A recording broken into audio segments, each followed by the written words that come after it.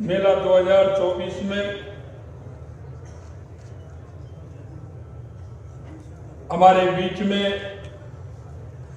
इस कार्यक्रम की अध्यक्षता कर रहे आपके लोक लाडले केंद्रीय मंत्री सम्माननीय गजेंद्र सिंह जी शेखावत साहब, इस लघु उद्योग भारती के काम को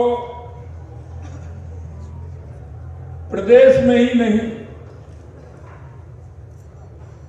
पूरे देश के अंदर इसको गति देने का काम और इसकी लघु उद्योग भारती के रूप में पहचान देने का काम किया। ऐसे हमारे सम्माननीय प्रकाश जी भाई साहब, जिनको कि दिन रात ये चिंता लगी रहती है कि कौन सी इकाई किस तरह से चल सकती है, देश और प्रदेश का इसके माध्यम से कैसे विकास हो सकता है। हमारे बीच में आपके ही लाडले मेरे साथी कैबिनेट में मंत्री सम्मानित जोगाराम जी पटेल साहब, लघु उद्योग भारती के राष्ट्रीय अध्यक्ष सम्मानीय घनश्याम ओझा जी, हमारे पाली के सांसद पूर्व मंत्री सम्मानीय पीपी चौधरी साहब, हमारे पार्टी के वरिष्ठ नेता राज्यसभा के सांसद सम्मानीय राजेंद्र गहलोत जी, हमारे पार्टी के वरिष्ठ नेता पूर्व राज्यसभा सांसद माननीय नारायण पंचारिया जी, हमारे विधायक बाबू सिंह जी राठौड़ साहब, हमारे विधायक देवेंद्र जोशी जी, अतुल बंसाली जी, पूर्व सांसद सम्मानित जसवंत सिंह जी बिश्नोई साहब, हमारी नगर निगम की महापौर बहन विनीता सेठ जी, शांतिलाल जी साहब और पार्टी के जिला अध्यक्ष देवेंद्र जी, मनोहर जी, जगराम जी। लघु उद्योग भारती की स्थापना 1994 में हुई थी। वर्तमान में इसकी प्रदेश में नहीं देश में काफी इकाइयां हैं और यही नहीं, राजस्थान के अंदर 140 इकाइयां हैं। मैं आपसे निवेदन करना चाहता हूं, ये देश आजादी से पहले हमारे छोटे छोटे उद्योग, कुटीर उद्योग हमारे देश की पहचान थी। छोटे छोटे उद्योग के माध्यम से हमारी कार्यों की पूर्ति होती थी, उनकी पहचान भी थी और इतने सेंटर अभी खुलते हैं। हर उद्योग के बारे में ट्रेनिंग सेंटर खुलते हैं। जो हमारे लघु उद्योग के काम के, कुटीर उद्योग के काम थे, वो सेंटर तो थे ही, लेकिन उसके बावजूद पीढ़ी दर पीढ़ी जो काम का अनुभव मिलता था, काम से वो अपनी पहचान बनाते थे और देश के अंदर आंतरिक जो हमारे किसी भी तरह का सामान होता था, दिनचर्या में आने वाले सामान होते थे, उनको वो लोग बनाते थे। बीच में आजादी के बाद ऐसा समय आया कि सरकार ने बड़े बड़े उद्योग खोलने का काम किया। वो बड़े बड़े उद्योग कुछ पूंजीपतियों तक सिमट कर रह गए और हमारे छोटे उद्योग थे, धीरे धीरे वो समापन की ओर चले गए। लेकिन मैं धन्यवाद देना चाहूंगा लघु उद्योग भारती को कि उन्होंने राजस्थान में ही नहीं पूरे देश के अंदर इस लघु उद्योग के माध्यम से हमारे वे छोटे मझोले जो कारीगर थे, जो आए दिन अपनी हर दृष्टि से वो अपने उद्योग के माध्यम से आगे आ सकते थे, उनको आगे लाने का काम किया। मैं लघु उद्योग भारती को बहुत बहुत धन्यवाद और साधुवाद देना चाहता हूं। मित्रों, निश्चित रूप से हमारे पास इसका एक प्रोफॉर्मा आया है। पहले भी हमारी केंद्र सरकार ने इसकी ओर काम किया माननीय नरेंद्र मोदी जी के नेतृत्व में, और आप मन की बात के अंदर सुनते होंगे माननीय हमारे यशस्वी प्रधानमंत्री जी हर एक ऐसा उद्योग जो गांव में विकसित हो रहा है, चाहे वो हस्तशिल्प का हो, चाहे वो क्राफ्ट का हो, चाहे वो कपड़े बनाने का हो, चाहे वो जूते बनाने का हो, चाहे वो हमारे सुनार भाइयों का हो, चाहे हमारे इस तरह के समाज में लगातार जो काम करने वाले भाई हैं, हमारे सुथार हो, लोहार हो, किसी भी तरह का वो काम करने वाले थे, उन भाइयों को हमारे यशस्वी प्रधानमंत्री जी ने विश्वकर्मा योजना के माध्यम से उनकी वो कला को आगे प्रदर्शित करने का काम किया है। मैं आपको इस मौके पर इतना ही विश्वास दिलाना चाहता हूं, ये आपकी सरकार है, आपके द्वारा राजस्थान के अंदर इतना बड़ा बहुमत आपने दिया है। निश्चित रूप से मैं कहना चाहता हूं, आपके इस लघु उद्योग को हमारी सरकार, जहां आपको इसका सहयोग लेने की आवश्यकता है, पूर्ण रूप से सहयोग करने वाली है।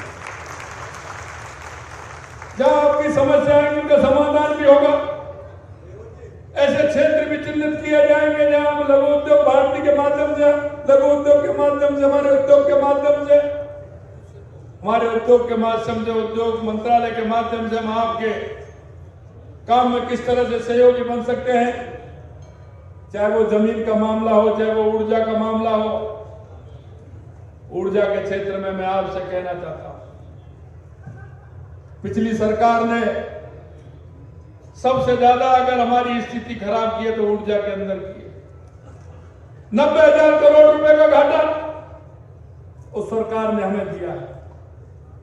लेकिन हमने जिस दिन ऊर्जा विभाग की मीटिंग ली थी, 4.5-5 घंटे वो मीटिंग रिव्यू हमारी चली। हम आपको विश्वास दिलाना चाहते हैं, आगे आने वाले समय में जो माननीय हमारे मंत्री गजेंद्र जी ने कहा है, हम ऊर्जा के क्षेत्र में आत्मनिर्भर बना के रहेंगे। ये हमारा आपसे वादा है। हमने देखा कि कोयले की रैक आती थी, 30 रैक प्रतिदिन आना था, लेकिन ठीक प्रकार से उसका समायोजन नहीं हो सका। हमको 15 और 16 रैक आनी थी। 40% कोयला हमें महंगा लेना पड़ता था, इसलिए हमारा घाटा बढ़ा है। घाटा बढ़ाने का काम पिछली सरकार ने इतना बड़ा किया है, लेकिन फिर भी हम आपको विश्वास दिलाते हैं, आने वाले समय में आपको पूरी बिजली देने का काम हमारी सरकार करेगी।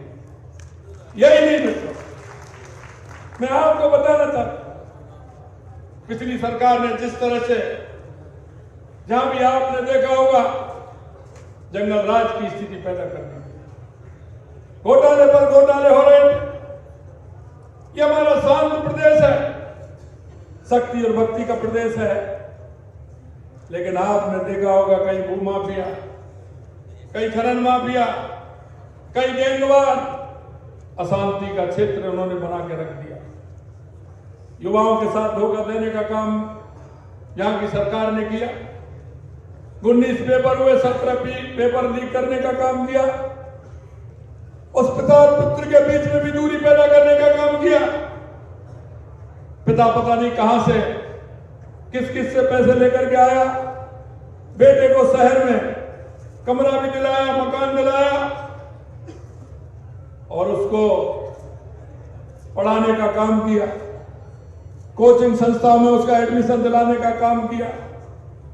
पिता को विश्वास था कि मेरे बेटे ने कहा तो निश्चित रूप से पढ़ाई करेगा और आगे आने वाली परीक्षा में नंबर लाएगा। और बेटे ने भी पिताजी को विश्वास दिला दिया कि पिताजी आपने मेरे ऊपर पैसा खर्च किया है, मैं अगली परीक्षा में नंबर लेकर के आऊंगा। लेकिन जैसे ही परीक्षा होती थी, पेपर आउट हो जाता था और वो दुखी मन से मन ही मन रोता था। पिता सोचता था कि मेरे बेटे ने मेहनत नहीं की, पुत्र ने मेहनत नहीं की। पुत्र सोचता था कि मैंने तो खूब मेहनत की, लेकिन पेपर के लुटेरों ने मेरी मेहनत को कहीं काम में नहीं आने दिया और फिर मेरा परीक्षा में नंबर नहीं आया। हमने उन युवाओं की तड़पन को देखा है और हमने हमारे घोषणा पत्र में कहा था कि अगर हमारी सरकार आएगी तो एसआईटी का गठन करेंगे और ऐसे लोगों को किसी कीमत पर छोड़ा नहीं जाएगा। हमने हमारी सरकार आते ही एसआईटी का भी गठन किया। उन पेपर लीकों के उनको गिरफ्तार करने का भी काम किया है और बड़े बड़े हैं, अभी वो भी आने वाले हैं, क्योंकि हमने सीबीआई का रास्ता भी साफ कर दिया है। हम बताना चाहते हैं सीबीआई से वो लोग डरते हैं जिनके मन में डर होता है। हमने सीबीआई की जो उन्होंने रोक लगाई थी उसे भी खोलने का काम किया। मैं आपसे इतना विश्वास दिलाना चाहता हूं, आपकी सरकार है और इस सरकार ने जो भी आपके बीच में वायदे किए हैं, हम एक एक वायदे को पूरा करेंगे, ये हम आपको विश्वास दिलाते हैं। हमारी सरकार को 15 दिन नहीं हुए, हमने निर्णय किया कि हमने वायदा किया है कि हम 450 रुपए में सिलेंडर देंगे। हमने 1 जनवरी से 450 रुपए में सिलेंडर देने का काम हमने राजस्थान की धरती पर किया। मित्रों, मैं आपको विश्वास दिलाना चाहता हूं, आपके जो ये प्रयास है लघु उद्योग भारत के नाम से, जो आप एक लगातार प्रोग्रेस कर रहे हैं और हमारा लघु उद्योग भारती प्रदेश में नहीं पूरे देश में जो हमारे लोग हैं उनको आगे बढ़ाने का काम कर रहा है। राजस्थान के अंदर हम आपको पूर्ण रूप से सहयोग देते हुए जहां आपको हमारी आवश्यकता होगी हम आपके साथ खड़े मिलेंगे, ये हम आपसे वादा करते हैं। आज आपने हमें बुलाया, माननीय हमारे गजेंद्र सिंह जी, मंत्री महोदय जोगाराम जी, हमारे सभी विधायक, हमने अंदर जाके आपकी प्रदर्शनी को भी देखा। कितनी अलौकिक, कितनी अच्छी प्रदर्शनी आपने लगाई है। मैं आप सभी को बहुत बहुत धन्यवाद और साधुवाद देना चाहता हूं, क्योंकि इसके माध्यम से जो देखने आएंगे उनमें एक भावना जागृत होगी और उस भावना के आधार पर वो अपने मन में विचार करेंगे, क्योंकि माननीय यशस्वी प्रधानमंत्री नरेंद्र मोदी जी ने विश्वकर्मा योजना के माध्यम से वो जो अंतिम पंक्ति में जो व्यक्ति कुछ करना चाहता है, उसके मन में कुछ करने का इरादा है, वो देश में से देश की विकास में भागीदारी बनना चाहता है, ऐसे उन सभी लोगों को आगे करने का काम देश के यशस्वी प्रधानमंत्री नरेंद्र मोदी जी ने किया है। मैं उन सभी को आह्वान करना चाहता हूं कि आप आइए, आपकी प्रदेश की सरकार, आपकी केंद्र की सरकार, ये डबल इंजन की सरकार आपके सहयोग के लिए खड़ी है। आप आइए, किसी भी तरह का उद्योग लगाइए और इस सरकार के साथ मिलकर के इस देश को और प्रदेश को बढ़ाने का काम कीजिए। इतना मेरा आप सभी से निवेदन है।